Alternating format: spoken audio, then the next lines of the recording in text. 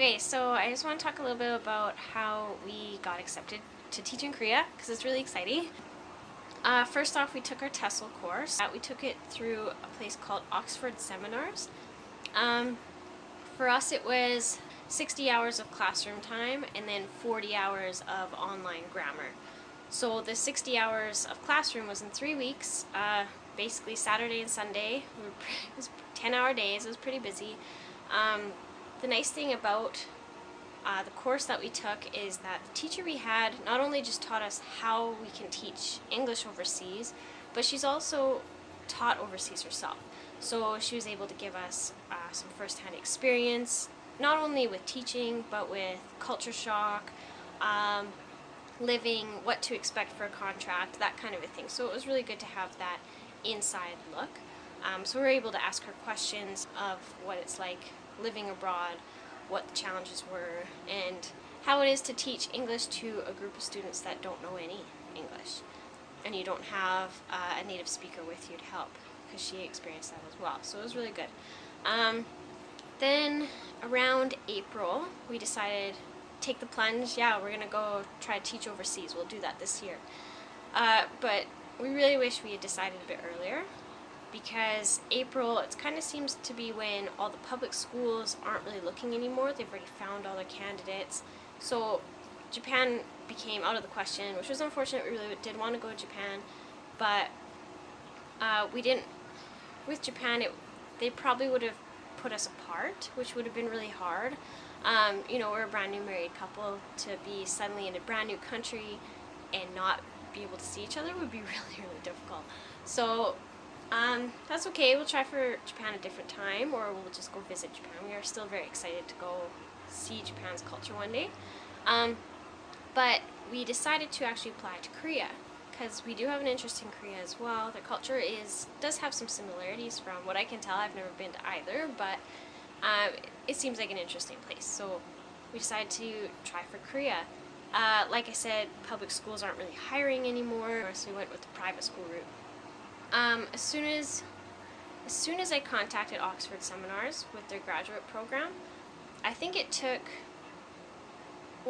that day they sent our name out to a few recruiters, and I think it took 2 days.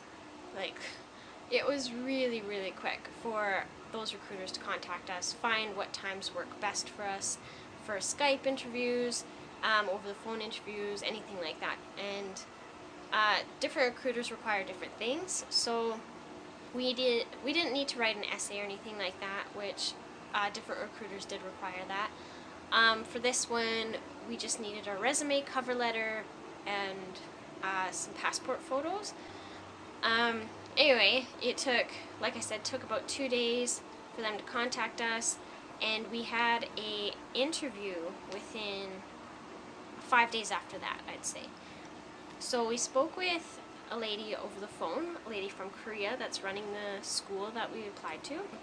And she was really nice. The weirdest thing I would say about the whole thing was that it was 2 of us talking to one person. So the way I do an interview is very different than the way Pat does an interview.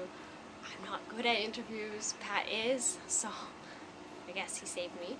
But it was awkward, I guess, to have like a 3-way conversation, and for me and Pat to kind of bounce off ideas. That was difficult because his views are a lot different than my views, and what the Korean lady is looking for is probably different than what either of us want to say. So it just became, it wasn't bad, it was just awkward. So anyway, I think it was 2 days after that she offered us a contract. So it was really, really quick. When she offered us the contract, she sent us the contract, we took a look over it. I just was a little bit unsure, so I requested to talk to a current teacher. I just wanted to have the most unbiased opinion I could, so somebody who's currently teaching English at that school would be the best person, right? So they know what's good and what's bad about the school, and they'd have a good, they'd be at least be able to tell me if they're treated well or if they're being paid on time, right?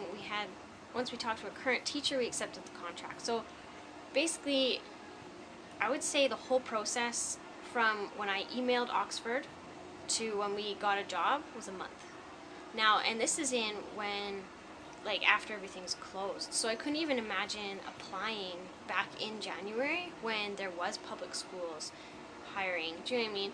It would have been not only really quick, but a lot of offers, which would have been probably overwhelming, but awesome, right? So they do a really good job. Without Oxford, I don't know if we would have found a job overseas at all. I think we probably would have been stuck here, probably be kind of upset with ourselves and for not being able to find a job. So I'm really glad we reached out to them, and I'm really glad that they have that graduate program. So not only are they giving you the essentials that you need from the TESOL course, but they're also helping you find jobs. So they're doing both, right? And I think that's awesome. Yeah, so hopefully we'll be in Korea in September, and maybe if I feel up to it, I'll update you guys from there. Bye.